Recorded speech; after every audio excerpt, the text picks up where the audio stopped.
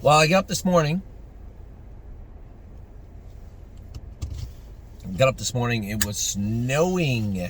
Amy went in a little bit early. I went to drop the kids off at school.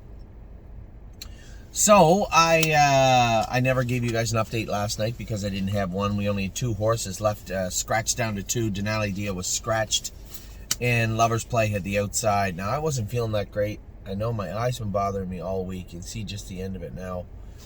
And I figured racing one more horse in what would have been a disastrously muddy track was not on the top of my list of things to do. So I booked off last night. Tyler drove the filly.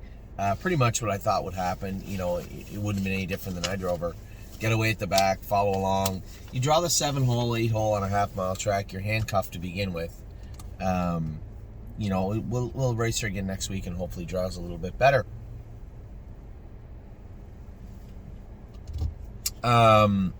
Pickpocket. He was very, very good yesterday. You know, I have talked to a number of people. It was funny, I had a message from John yesterday, and we spoke for most of the way home.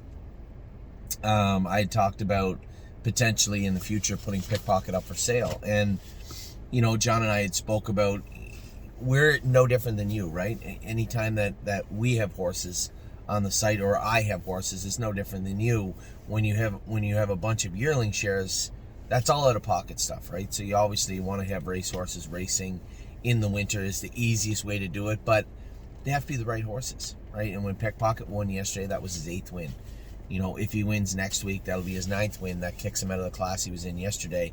Now that puts him up in an hours of 10, which is also the numbers of 10,000, which is also generally combined with the opener backup class. Little different group of horses. In fact, to put it in perspective, oh, there's 2 scratches here today. Really? To put it in perspective, the numbers is 7,000, which is an open event. So when I say open, I don't mean open trot. I mean it's open to all ages and sexes, right?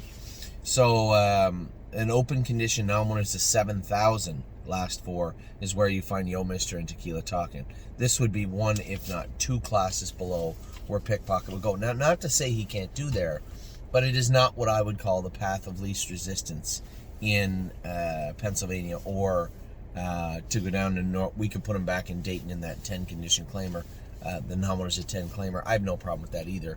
But as we get closer to those 10 wins, you know, out there, people out there looking for horses see the same things. Now, he could likely do an open in Saratoga, or race in the opener backup class in a Dover, or race in a straight. There's got to be a straight 50-60 claimer at Yonkers or something like that. Pickpocket actually gets around a half mile track very good. But what I'm looking for, and what I'm looking for all of us this time of year, is the path of least resistance. I talk about it all the time. Horses that we buy that can make that immediate impact. That isn't that they can get in and race right away. That's that they can get in and win right away. That's the whole point.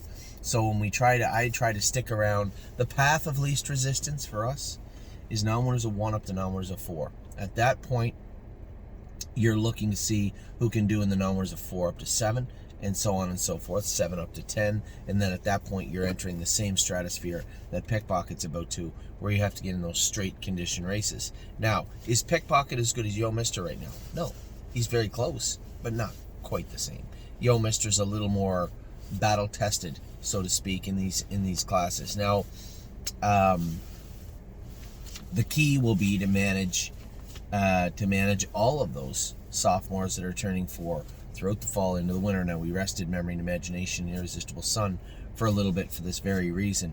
They fit similar classes. I assumed Pickpocket would be exiting these classes at some point, and although he doesn't fit something here, he may fit something somewhere else, and somebody may find him enticing. I know what he's worth, but these are the types of horses that we are going to be looking to move. And I have to explain this to everybody, because it doesn't make any sense, right? When you try to buy a horse, when you go to the yearling sale, you try to buy a Pickpocket, right? But you have to manage those horses throughout their career. It's not near enough to be fast. You have to be able to be faster than the other horses you're racing against on a regular basis. And that is Much more easier said than done. So how do we do that? Look for the path of least resistance, and that's where we're looking when it comes to many of our sophomores turning 4, and quite frankly, a lot of our rookies turning 3 will be going down the similar path, and that's why we started them all back at that 6-week mark. A lot of these horses we will have ready to go. The horses that went to Ontario should be ready in December, right? The horses, the middle towards the end of December. That gives us the entire month of January and the first part of February to reevaluate what kind of sophomores they're going to be. Because if we're going to head for the grassroots or the Buckeye or the Stallion Series with 2 wins with a horse that really just is present, that's not going to benefit us in 2025. So what I'm looking for, are these going to be stake horses in any form, or are they going to be overnight horses? If they're going to be overnight horses, why don't we maximize their wins and their money under those caps throughout the early part of the winter and spring of 2025 when the classes are a little more watered down. And then by the time we get to stake season, we can make our decision, are we going to move this horse? Maybe somebody else will want to race the horse in the grassroots, Buckeye or Stallion Series if I believe we can't. So it's part and parcel. We're trying to change the way that we race our horses, both rookies and 3-year-olds up into their 4-year-old season and into those open classes. So, and that is difficult sometimes because everybody wants to look at horse racing, look at Ontario, Ohio, Pennsylvania, is this flat playing field, right? This gaming board. But it isn't, because it's always changing, right? We're having trouble getting horses in right now. Those horses are more likely to be on the list to be moved, right? You look at a horse like Love and Affection. Nice filly, but she's about to turn 4. She has 4 or 5 wins now, I believe, but she can only get in every 7 to 10 days right now. Are we willing to ride that wave out until she gets in every week? How long until she starts to get a little tired? What kind of downtime does that look like? These are all questions that I have to assess in my head. So I'm looking at the playing board every day because it may have changed overnight. And it makes things a little more complicated, a little more fluid this time of year. But that's my job. So back to today. I got a paper copy of the program for today on my way out yesterday. I think Yo Mister's in a good spot today. Tequila Talkin' is probably going to push forward to the lead. I have to hold position, make sure I get in front of the one who doesn't show a lot of gate speed, so that shouldn't be that hard. Make sure I hold position in the 2-wide path until Aaron takes back. Force Ronnie to cut the mile, and I'd like to be away in the 2-hole. Dave Palone's driving the 5. He doesn't show a lot of gate speed. Aaron's likely going to get away 3rd. If he pushes hard to the front, he's likely going to have to pay a price, and I'm okay with that. So you know that Golden Compass is a ton of gate speed. I just don't see the Justin kid going out of there with him 100 miles an hour. Aaron Johnson, Fanny Matters. This horse is moving way up in class. And Nomophobia doesn't show a lot of gate speed also. In a perfect world, Ronnie gets away first, I get away 2nd, Aaron's first over, coming to the half with double account. Dave Palone's following him, and I either get up the inside, which might be difficult because he does ride that left line, or escape to the outside at some point in the last quarter of a mile. So regardless, this is a good spot for Yo Mister. He should be close today. Who else do we got? I think we got a few more in, if I'm not mistaken. Ready for Landing. Chris's mare. She's pretty decent filly, actually. Butter and Syrup. She was in here last week. Mon Ami Martine shows a lot of gate speed also. That's Brady Brown. This is a mild jump for him, I believe. From the straight. No, he raced in here 2 starts ago and finished 3rd. It's a decent class. Coming off a flat mile last week from Ready for Landing, I don't know what to think. He is obviously going to be a little bit tighter. He was on 15 days last week. I'll probably, depending on the track, probably let him trot out of there a little bit. Try to get ahead of the 1 horse if I can. Looks like the 2 and the 3 can both leave. We'll see how this plays out. Even if I had to race him on the front, I'd be okay with that. High Life looks pretty good. That's the 5 horse of Ronnie Burks. A decent field. This is a deep kind of even division. Depends on how I get away from the gate with Ready for Landing. Don't like when we're getting really deep in the program. Spitfire Overseas also heads to the meadow. See, a little change of scenery for Spitfire. A lot of people saying, you know, what's wrong with Spitfire? When you guys, I've told you this before, and I'll continue to try to explain it to you. To get a big, heavy horse like him back into top physical condition is very difficult to do. It takes time. You can't cheat it. It takes time. 2, 3, 4 starts before you start to see his best effort.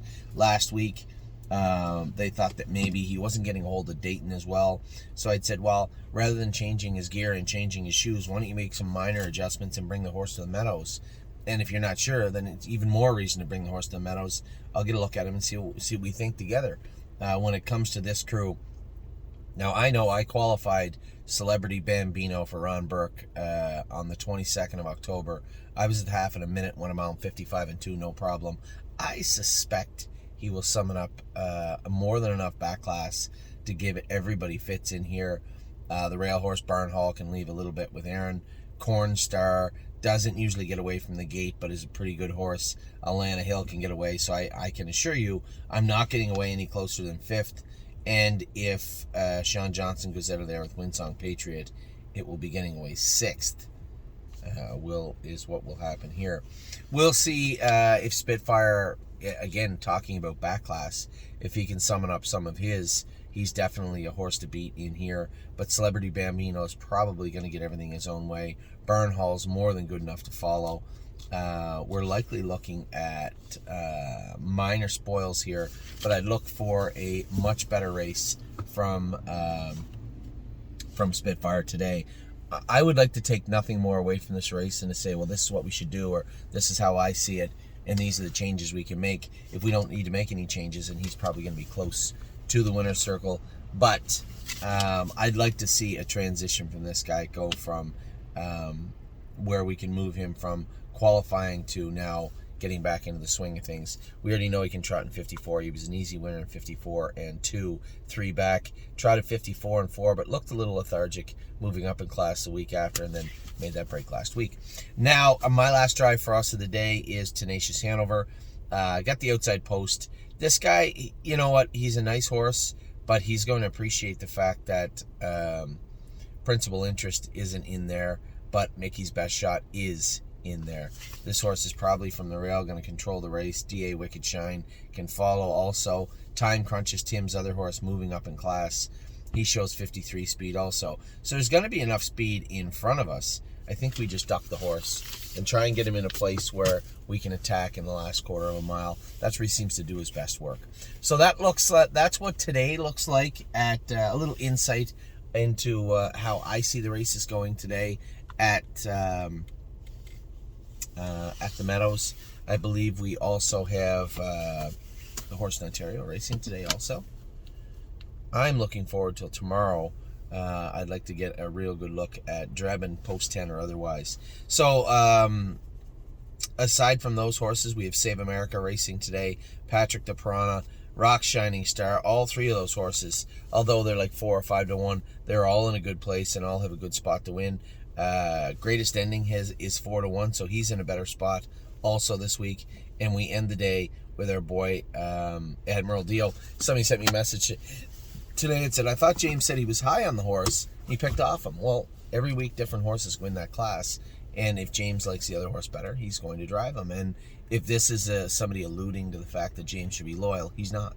He's not going to be loyal. I don't assume that James or anybody else is loyal to us or anybody else in this industry. I've been in it long enough. I've driven in it long enough, especially when it comes to somebody like James. There's a certain aspect of politics that go into racing horses also. You see it with Scotty. You know, he's very loyal to big accounts like Linda Toscano and other people because that's his job, right? So it's hard to be angry when that happens.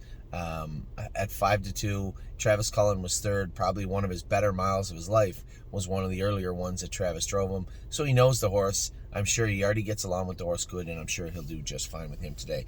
So today is a bigger day for us. One of the biggest days of the week as far as racing and opportunities and chances. So hopefully we can seize those today and move forward. I am still getting emails on the sale we're going to have next week.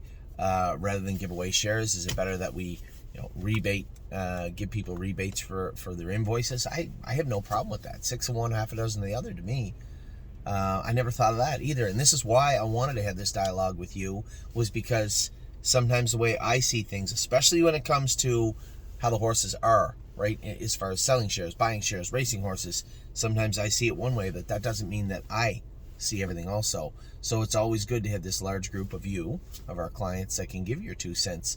And I appreciate every single email that has been sent. We will likely have the sale itself from Tuesday to Friday. And then when it comes to moving some of those shares, we're only going to have that for one day, because that is going to be a loss for us across the board, however you cut it. So that will be that. I will talk to you all very soon. It has stopped snowing, but now has stopped raining. It started raining a little bit. I think I actually would rather the snow, quite frankly. Anyway, I will talk to you all soon. I hope you guys are having a good day. I hope it's not snowing or raining wherever you are, regardless of rain, snow, or shine. I hope we have a great day at the track. It is a strong lineup here at the stable today across the board, racing in Pennsylvania, Ohio, and Ontario. Good luck to everyone. Take care.